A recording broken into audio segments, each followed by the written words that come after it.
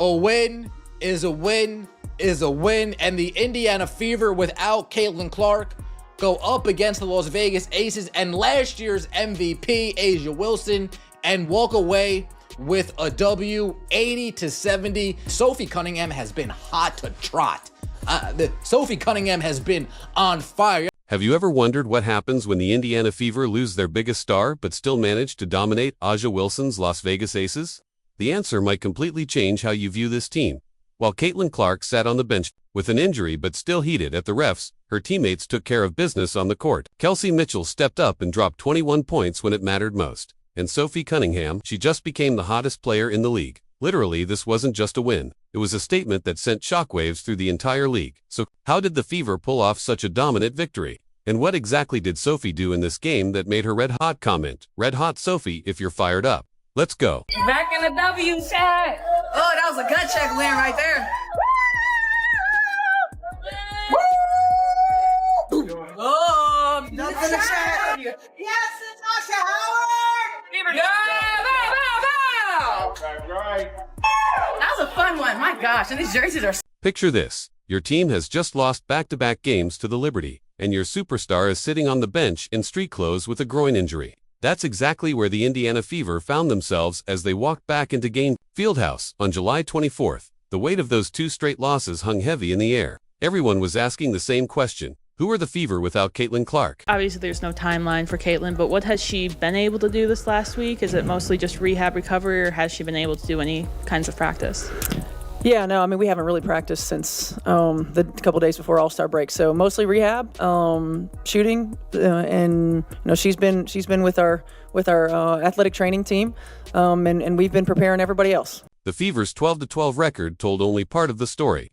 Critics weren't just questioning their playoff chances anymore, they were writing obituaries for the entire season. Social media was brutal. Sports talk shows painted them as pretenders, exposed the moment their superstar sensation went down. The narrative was simple and devastating. Take away Clark, and you're left with nothing special. The pressure kept building with every passing day. Playoff seeding was on the line. Every game mattered now, standing in their way. A'ja Wilson and the Las Vegas Aces, the back-to-back champions who knew exactly how to smell blood in the water.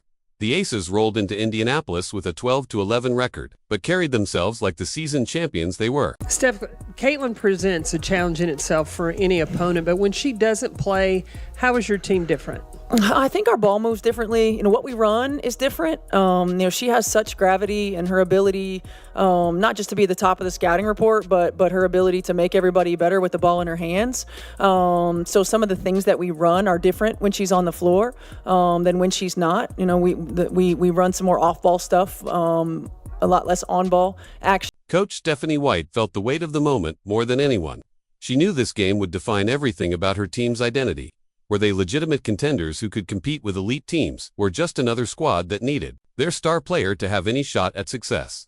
White had to find the right words to reach her players, just as doubt was beginning to creep into everyone's minds. Yeah, it's definitely a relief to know that there's nothing else going on, and no more damage. Now it's just being patient with the process. You can't have 5-minute lapses against great teams. They make you pay, and they bury you in those moments. I think we've seen, throughout the course of the season, where we've been really good for long stretches, and where we've weathered the ups and downs of a game, and we've got to be able to do that from a neutral mindset. We can't get into the playing conservative. The Aces came in confident, maybe even cocky. You could see it in their body language during warm-ups. A'ja Wilson and her Olympic teammates had probably circled this game on their calendar the moment Clark got injured. This was their golden opportunity to prove what many suspected all along, that the Fever were nothing more than a one-woman show, disguised as a basketball team. Wilson herself had been dealing with her own jealousy issues regarding Clark over the past 2 seasons. Now, she had her chance to show everyone who the real MVP was. The Aces likely saw this as their statement game, their chance to remind the league that championships matter more than hype. But here's where the story takes an unexpected turn, one nobody saw coming.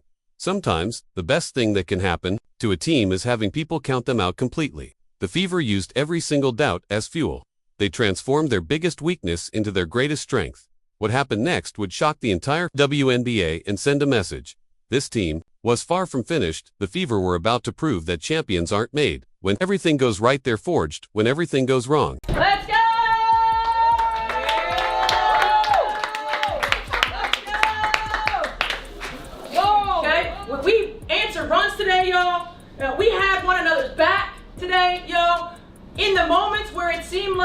have made a little bit of a comeback. We stopped that.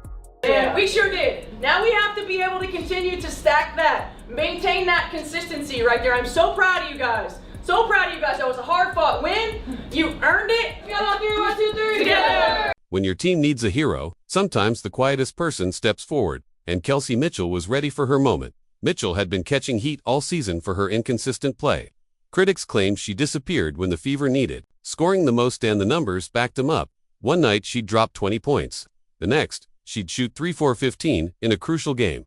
Early in this matchup against the Aces, those doubts looked completely justified. Mitchell missed her first few shots and looked totally out of rhythm. You could see the frustration building on her face with every missed attempt. The crowd at Gainbridge Fieldhouse started getting restless. They could sense the Fever's offense unraveling without Clark's playmaking magic. Mitchell felt every single miss weighing on her shoulders. The pressure kept mounting with each shot that refused to fall. By the end of 3 quarters, she had gone just 4-for-19 from the field. Those are the kind of numbers that usually get players benched in critical moments. But Coach Stephanie White had a different plan. Handoff Cunningham. Cunningham too strong. Mitchell able to save the day. And it's Mitchell going right to the rim. Beats the shot clock and lays it in. Mitchell to the rescue. Sessions very disruptive, causing all kinds of havoc. Late shot clock situations. And then Kelsey. White pulled Mitchell aside during a timeout and delivered the message that would change everything. Let it fly. It's going to go, White told her star guard. Those simple words hit Mitchell exactly where she needed to hear them. White also reminded her to stay balanced when attacking the rim for better reads and smarter decisions. Mitchell's teammates began rallying around her in ways that don't always show up in the box score. They fed her the ball in better positions. They set harder screens to get her open looks. They created the space Mitchell needed to rediscover her rhythm and her confidence. Wilson thought about the 3. Cunningham feed inside. Boston spinning, turning, ducking, finding Mitchell, who splashes home a 3. Then something just clicked in the second half. Mitchell started hitting shots from all over the court. Her speed became a serious problem for the Aces' defense. She drove hard to the basket, finishing through contact. She pulled up for mid-range jumpers that found nothing but net. Really fun. Couple of former teammates played 2 years together. Clear out. Take it. Mitchell sizing up Lloyd. She will launch and bury a 3. Get out of the way. Mitchell pulling the trigger from deep. Fever. The fourth quarter became Mitchell's personal showcase, right when the game was hanging in the balance. She scored 9 crucial points in those final 12 minutes, going 4-for-5 from the field when it mattered most. Mitchell also recorded 4 assists, tying for the team high. She was making plays for her teammates while simultaneously taking over the scoring load. Got 2 really good offensive coaches over there on the sideline. Mitchell finds a cutting Boston, who lays it in. From Mitchell here on this one. So you don't want anybody to cut across the front of your face, but it's just a really good delivery. Mitchell finished with 21 points, silencing every single critic who had questioned her ability to lead this team in clutch moments. She demonstrated the mental toughness she spoke about after their loss to the Liberty. Her performance proved that the Fever had multiple players capable of taking over games when it mattered most. This wasn't just about replacing Clark's production, it was about Mitchell becoming the leader this team had always needed her to be. Offense was not the issue for Indiana on Tuesday. They put up 84 points despite the absence of Caitlin Clark. Cunningham hit 5 threes, and it's her first tonight. Stay with Indiana. So Sophie Cunningham doing a really good job of reading the stagger. You have options off that, and she's reading the... While everyone was focused on who would replace Clark's scoring, Sophie Cunningham quietly became the most dangerous shooter in the entire league. She entered this game against the Aces, riding a scorching hot streak, having reached double figures. In 6 straight games, the numbers were becoming impossible to ignore. Cunningham was averaging 13.7 points and 4.7 rebounds per contest, while knocking down 3.0 pointers per night. Playing for Sophie Cunningham to start again tonight, or what's your... Yes. What is it about her, I guess, at the start of a game that you like having her in the lineup? Another ball handler, another player who can create shots for her teammates, as well as stretch the floor. A really good defensive rebounder as well. We had at times really struggled from a defensive rebounding standpoint, so like that as well. And her energy. The question wasn't whether she could keep shooting, while everyone knew Cunningham had the ability to knock down shots. The real test was whether she could maintain this incredible pace against elite competition like A'ja Wilson's championship squad. The pressure was different now. Teams were starting to game plan specifically for her hot shooting, and the numbers, they were almost too good to believe.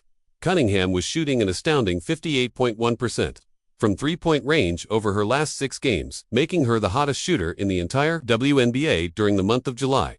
And these weren't garbage time threes. Either she was hitting clutch shots when her team needed them most.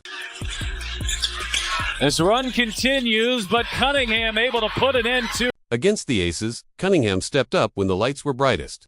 She knocked down 3 of 4 attempts from beyond the arc. Her 15 points weren't just numbers on a stat sheet, they were perfectly timed daggers that kept the Aces from mounting any serious comeback every time Las Vegas started building momentum.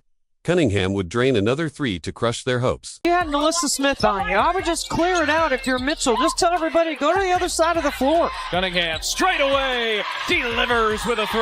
Or that. What makes Cunningham special isn't just her shooting. She contributes rebounds, defense, and leadership when it's needed most. Coach Stephanie White moved her into the starting lineup specifically to capitalize on her energy and versatility. White praised Cunningham's ability to stretch the floor, rebound defensively, and facilitate on offense. She even called Cunningham another ball handler and shot creator. Basketball analysts are now seriously discussing her as the frontrunner for 6th Player of the Year. Honestly, who else even comes close? One analyst called her an absolute assassin for her clutch shooting ability. Her consistent scoring and impact off the bench have made her a legitimate contender for the award. Vegas has done a nice job coming on the road, keeping Indiana Fever in check offensively, and Sophie Cunningham, you cannot lose. Cunningham's transformation from role player to legitimate weapon has given the Fever a scoring threat nobody saw coming. She went from being a complimentary piece to becoming one of the most feared shooters in the league. Some fans are even saying the haters owe Sophie Cunningham an apology for ever doubting her abilities. Her consistency and clutch gene have become the perfect complement to this team's championship aspirations. When Caitlin Clark returns from injury, she'll be joining a team that now features another proven scorer, one who can shift the game's momentum in an instant. Cunningham has proven she belongs on basketball's biggest stage. With 35 seconds left and the game hanging in the balance, Ari McDonald stepped up to deliver the shot that would define the entire victory. The Fever were clinging to a 5-point lead, but everyone knew that wasn't safe. Against a championship team like Las Vegas, the Aces had been chipping away at Indiana's advantage all throughout the 4th quarter. With just enough time left to steal the game, Las Vegas needed a stop and a bucket, and McDonald caught the ball at the top of the arc. With A'ja Wilson's team desperately trying to mount one final push for their playoff lives, the pressure in that moment was enormous. Miss the shot and give the 2-time champions a chance to complete their comeback. Make it 10, crush their hopes completely. McDonald didn't hesitate for even a second. She rose up with the confidence of a player who belonged in this moment. The step-back three-pointer was fearless. She launched that shot knowing exactly what it meant for her team's season. The ball swished through the net like it was always meant to go in. The shot extended, the lead on broke the Aces' spirit completely.